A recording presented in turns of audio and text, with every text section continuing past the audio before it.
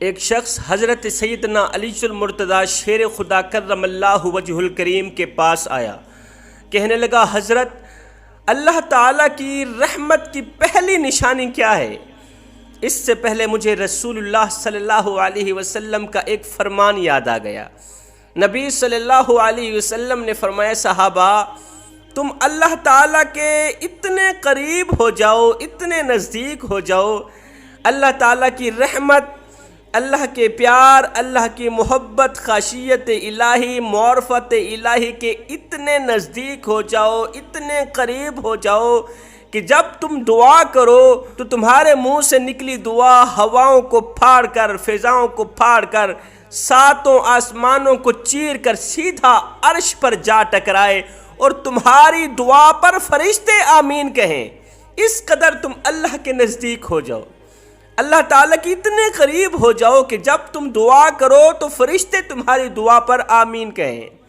میرے کریم نبی نے فرمایا صحابہ اللہ تعالیٰ کی رحمت کے 100 حصے ہیں، مطلب اللہ تعالیٰ کی 100 رحمتیں، ان 100 حصوں میں سے، ان 100 رحمتوں میں سے ایک حصہ، ایک رحمت اللہ تعالیٰ نے روئے زمین پر، انسانوں پر، حیوانات، چرند پرند، حشرات الارض کے درمیان نازل فرمایا۔ رحمت کے 100 حصوں میں سے ایک حصہ زمین پر نازل فرمایا۔ آپ اندازہ لگائیں ایک حصے کا کمال یہ ہے کہ ایک باپ اپنی اولاد سے کتنی محبت کرتا ہے، کس قدر شفقت کرتا ہے، اپنی اولاد پر کس قدر رحم کرتا ہے، ماں اپنے بیٹے سے کتنی محبت کرتی۔ دنیا میں کوئی بھی ایسا انسان نہیں جو کسی کے دکھوں کو اپنے دکھ سمجھے، جو کسی کے دردوں کو اپنے درد سمجھے۔ دنیا میں واحد رشتہ ایک ماں کا ہے، ایک باپ کا ہے، جو اولاد کے دکھوں کو اپنے دکھ سمجھتے ہیں، اولاد کے دردوں کو اپنے درد سمجھتے ہیں۔ ایک شخص حضرت سیدنا علی المرتضیٰ شیر خدا کرم اللہ وجہ الکریم کے پاس آیا، کہنے لگا حضرت میں نے اپنی ماں کو کندھے پہ اٹھا کر 7 حج کرائے ہیں، میں نے اپنی بوڑھی ماں کو کندھے پہ بٹھا کے 7 حج کرائے۔ 7 حج کرا دینے کے بعد میرے ذہن میں خیال آیا ہے کہ شاید میں نے اپنی ماں کا حق ادا کر دیا ہے۔ اپنی بوڑھی ماں کو کندھے پہ بٹھا کے 7 حج کرا دینے کے بعد خیال آیا کہ شاید میں نے اپنی ماں کا حق ادا کر دیا۔ یہ سن کر حضرت علی رضی اللہ تعالی عنہ نے فرمایا او نادان، سخت سردی تھی، اس وقت کو یاد کر، سخت سردی تھی، باہر برف باری ہو رہی تھی، جاڑا پڑ رہا تھا، تو بچہ تھا، ماں کے ساتھ لیٹا ہوا تھا، غربت کی وجہ سے دوسرا بستر تھا نہیں، تو نے بستر پر پخانہ کر دیا، تیری ماں اٹھی ٹھنڈے پانی کے ساتھ اس نے تیرے بستر کو دھویا، ہائے خود گیلے بستر پہ سو گئی اور تجھے اپنی سوکھی چھاتی پہ لٹا دیا۔ او نادان تو کہتا ہے کہ 7 حج کرا کے میں نے اپنی ماں کا حق ادا کر دیا، او نادان تو ابھی اسی رات کا حق ادا بھی نہیں کر سکا۔ فرمایا یہ ماں جو اپنے بیٹے سے اس قدر شفقت کرتی ہے، اس قدر رحم کرتی ہے، پیار کرتی ہے، یہ اللہ تعالیٰ کی رحمت کے 100 حصوں میں سے ایک حصہ ہے۔ ماں کے اندر اولاد کے لیے شفقت اور رحم اتنا ہوتا ہے کہ ایک ماں کبھی بھی اپنے سب سے بڑے نافرمان بیٹے کو، گنہگار بیٹے کو کبھی بھی آگ میں ڈالنا گوارا نہیں کرے گی، کبھی بھی تکلیف دینا گوارا نہیں کرے گی۔ مجھے بتاؤ ایک ماں اپنے گنہگار اور نافرمان بیٹے کو آگ میں ڈالنا گوارا نہیں کرتی، قیامت کے دن وہ خدا جس کے پاس ابھی 99 رحمتیں محفوظ ہیں، 99 حصے محفوظ ہیں، محفوظ کس چیز کو کیا جاتا ہے؟ عام چیز کو محفوظ نہیں کیا جاتا، محفوظ خاص چیز کو کیا جاتا ہے۔ فرمایا اللہ تعالیٰ کی رحمت کے 100 حصے ہیں، ان میں سے اللہ نے ایک حصہ زمین پر ڈالا اور 99 حصے اپنے پاس محفوظ رکھے۔ قیامت کے دن وہ 99 حصے اللہ تعالیٰ اپنی مخلوق پر نازل فرمائے گا۔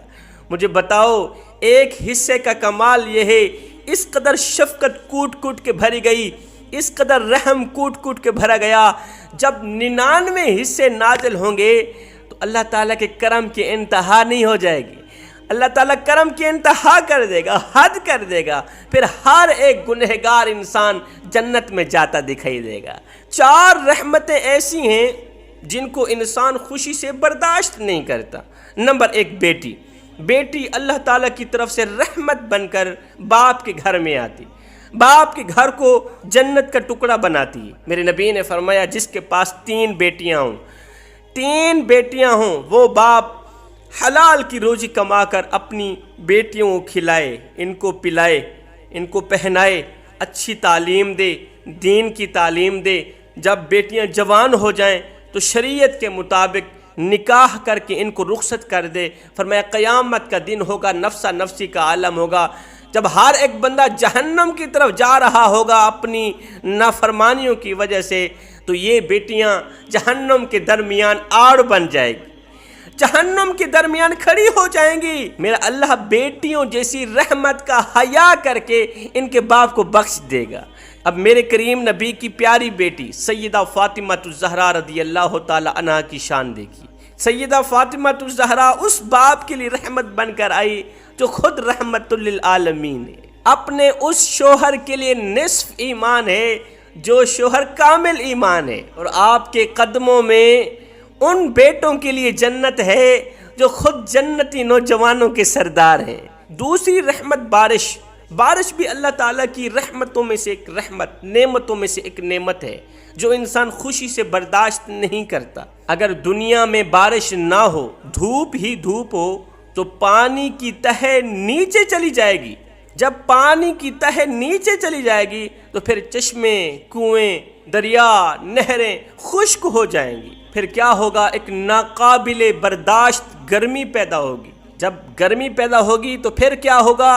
دنیا میں پھلوں کی پیداوار ختم ہو جائے گی، قسم قسم کے امراض زمین کو گھیر لیں گے، پھر دنیا میں رہنے والے ہر ایک انسان کی زندگی اجیرن بن جائے گی، ہر ایک انسان بیمار دکھائی دے گا اگر اللہ تعالیٰ رحمت کی بارش نہ برسائے تو۔ فرمایا تیسری رحمت مہمان۔ مہمان بھی جب گھر میں آتا ہے تو ہمارے منہ بگڑ جاتے ہیں۔ مہمان گھر میں کیوں آیا ہے؟ اب اس کے لیے کھانا بنانا پڑے گا، اس کو کھلانا پڑے گا، پلانا پڑے گا، اس پر خرچ کرنا پڑے گا۔ جب مہمان گھر سے رخصت ہوتا ہے تو پھر اس کی غیبت شروع ہو جاتی ہے، چغلی شروع ہو جاتی ہے، اس میں یہ خامی ہے، اس میں یہ خامی ہے۔ اور نادانو، میرے نبی نے فرمایا جب ایک مہمان کسی کے گھر آتا ہے نا تو یہ لوگ مہمان کی قدر کرتے ہیں، اس کا استقبال کرتے ہیں، خوب مہمان نوازی کرتے ہیں۔ جب مہمان اس گھر سے رخصت ہوتا ہے تو وہ گھر کے اندر چھپی بلاؤں کو بھی اپنے ساتھ لے کے جاتا ہے، گھر کے اندر چھپی بیماریوں کو بھی اپنے ساتھ لے کے جاتا ہے۔ فرمایا چوتھی رحمت بیماری۔ بیماری بھی انسان خوشی سے برداشت اور قبول نہیں کرتا۔ بیماری انسان کے گناہوں کو جھاڑنے کے لیے آتی ہے، انسان کا مقام بلند کرنے کے لیے آتی ہے۔ حضرت علی رضی اللہ تعالی عنہ سے پوچھا گیا کہ اللہ تعالیٰ کی رحمت کی پہلی نشانی کیا ہے؟ فرمایا اللہ تعالیٰ کی رحمت کی پہلی نشانی انسان کو جب اپنے عیب نظر آنے لگ جائیں، جب اپنے عیب نظر آنے لگ جائیں، جب انسان خود کو دوسروں سے کمتر اور دوسروں کو خود سے اعلیٰ تر سمجھنے لگے۔